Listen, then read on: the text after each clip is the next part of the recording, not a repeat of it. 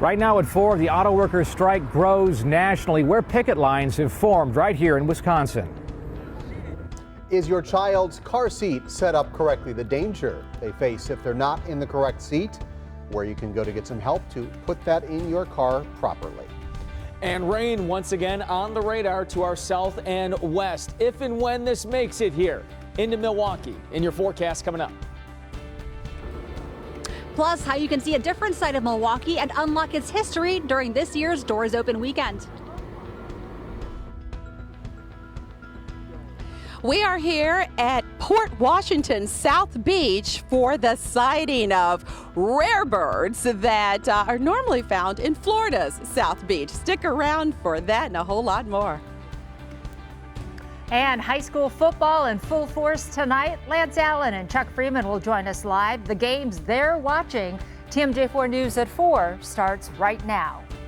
Connecting you with Milwaukee, Wisconsin, and the world. This is TMJ4 News at 4. I got a lot of people in here that's not making the right wage. So they're doing the hours, they're doing the work, so they're ready to do the work out here too. Right now at 4, auto workers across the country, including here in southeast Wisconsin, are expanding their strike against General Motors and Stellantis. They are fighting for substantial wage hikes.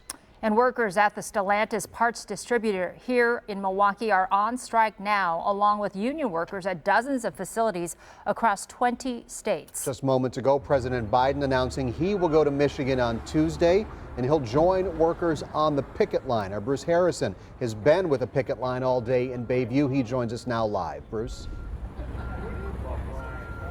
Steve, Susan, good afternoon. Local 75 is now in hour 5 of their strike here at the Stellantis Mopar Distribution Parts Center in Bayview. Workers have told me they never want to have to take this step, but ultimately felt they had no choice in what they say is their fight for a fair wage. Now, it was at 11 o'clock sharp this morning. 100 workers stepped off the job at the Stellantis plant. The union wants double-digit pay increases, the end of its tier wage system, and better benefits like more paid time off. Now, northwest of here, more action in Hudson, Wisconsin, near Minneapolis. 81 workers also off the job at a GM parts distribution plant. Local and regional union leaders in Milwaukee today saying this is an emotional, challenging step for their colleagues, but they're working to keep spirits high out here on the picket line. But remember, the purpose you're striking for is equality in your contracts and for better wages and then for the future and for this plant. Yeah. I'm speaking directly for Milwaukee.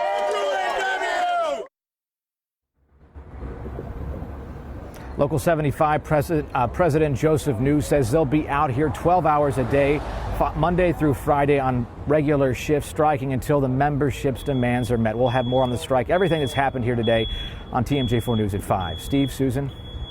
Hi, Bruce Harrison. Thanks for that. And coming up tonight on TMJ4 News at 6, our Rebecca Clough goes in depth on the economic costs the strike could have on the community.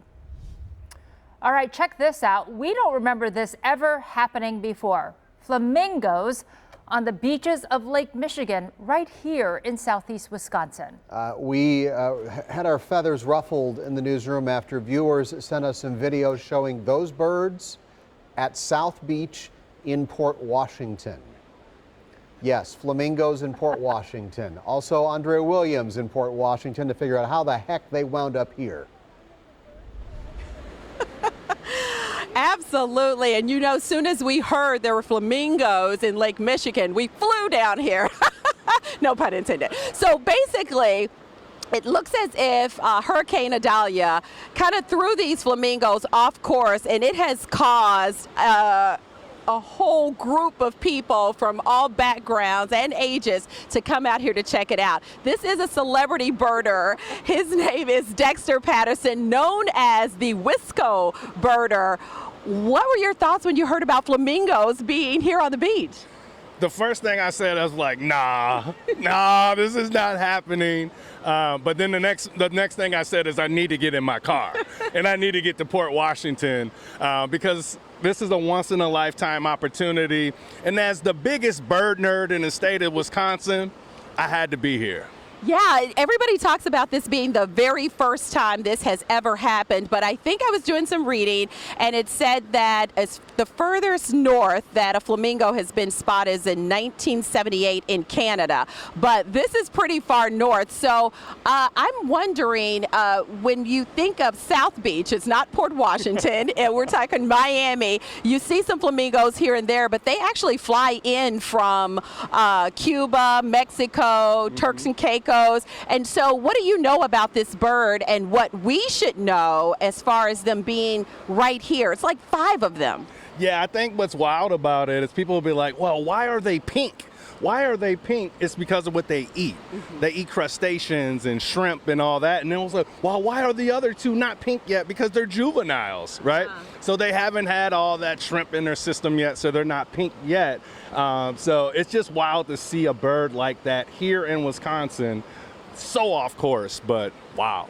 So off course, and Wisconsin's not the only place these birds have been found. They're like, I read Kentucky, Tennessee, South and North Carolina, also Ohio, and now I think this is going to go national as far as these birds just hanging out here all day long. Yeah. What happens when the temperature changes? As a birder, what do you think? So one thing I will say is people are probably worried about the bird, but they are very smart. Their bodies are going to tell them, hey, something's off, right? So they have instincts, and I think they're going to be okay. They probably won't stick around here too long because they're used to feeding in mud flats and shallow lakes, lagoons, and things like that. So their instincts will kick in. My guess is they're taking a quick pit stop, get their energy back before they take off and try to go find something to eat. All right, hopefully they find their way back down south, but you know, this has been amazing and we are just so happy that we were able to get a glimpse of this. Back to you guys.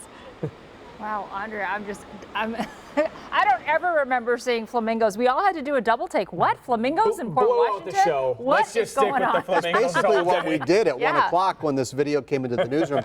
Now, the theory is Hurricane Idalia knocked everything kind of out of whack. That guy there knows a lot more about birds than I do. But what I do know is a couple weeks ago we had a major hurricane that went across a portion of Florida that, yes, is heavily populated with flamingos, and then it worked its way through the Carolina coast. You guys remember Idalia. Again, this is going back. Idalia started on August 26, way down south of Cuba, and then worked its way through, again, the northern part of Florida to the east of the Panhandle there, and then eventually it officially dissipated September 7th. So it was a very long tracking hurricane as well. So yeah, maybe these flamingos decided to just kind of go north away from the hurricanes for the remainder of the season. I'm sure they'll work their way back. All right, currently in Milwaukee, or Waukesha, we have a temperature of 73 degrees. Looks like Waukesha is out. Don't worry, Waukesha is still there. Storm 4 Max radar across southeastern Wisconsin. Maybe a couple sprinkles popping up towards Fond du Lac and West Bend, but most of us are dry. I am keeping an eye on an area of rain that's farther to the southwest. Now, I do think most of this that tries to enter southeastern Wisconsin is going to dissipate. We do have a chance of some showers, I would say mainly west of Waukesha. I think most of us are going to stay dry this evening. So here's how your forecast looks. By 8 o'clock, 70 degrees. By 10 o'clock, 70 degrees. And by midnight, 70 degrees. These are the final hours of summer. Somebody tell those flamingos that fall begins at 1:50 a.m. tonight. We'll let you know when we get any fall weather around here coming up. I think it's going to be a rude awakening for those flamingos here in a couple of weeks. Give it some time. They'll be out of here. Thanks, Brian. Those flamingos are going to figure out what we have around here, too. You go to Florida when it gets to be cold around here. All right, this weekend, Doors Open Milwaukee is back. It's the 13th year. It is your chance to see the city in a whole new way. Our Mary Jo Ola joins us live from the Milwaukee Athletic Club with what to expect. Are you on the rooftop there, Mary Jo? Yes, they said there was a rooftop, so I said, yes, I want to do our live shot right there, Susan. This again is the rooftop of the Milwaukee Athletic Club, and I gotta say, the city doesn't look too shabby from up here, but take a look. This is just one of the areas that will be open to the public this weekend. As you can see, if you're up here, you can catch some beautiful views of the city and the lake. Now, the MAC officially began in 1882. They moved into their current site here on Broadway in 1917. When you visit, see the ballroom with its majestic chandeliers and the cocktail bar known as the Elephant Room. Now, the club recently completed a $65 million renovation. Last year was the first time they participated in Doors Open Milwaukee, and the club says more than 500 people showed up. We talked with Brad Schendel, who has worked here for more than 40 years. People thought of it as a business men's club, but it certainly is not that anymore. We have so many young people joining here, men and women, and just the diversity involved with what the MAC is now is really special. You have to. Now, the Milwaukee Athletic Club is just one of more than 130 sites participating in Doors Open this weekend. Most of the event is free, but some do require tickets, and the hours do vary, so you want to head to TMJ4.com for all those details.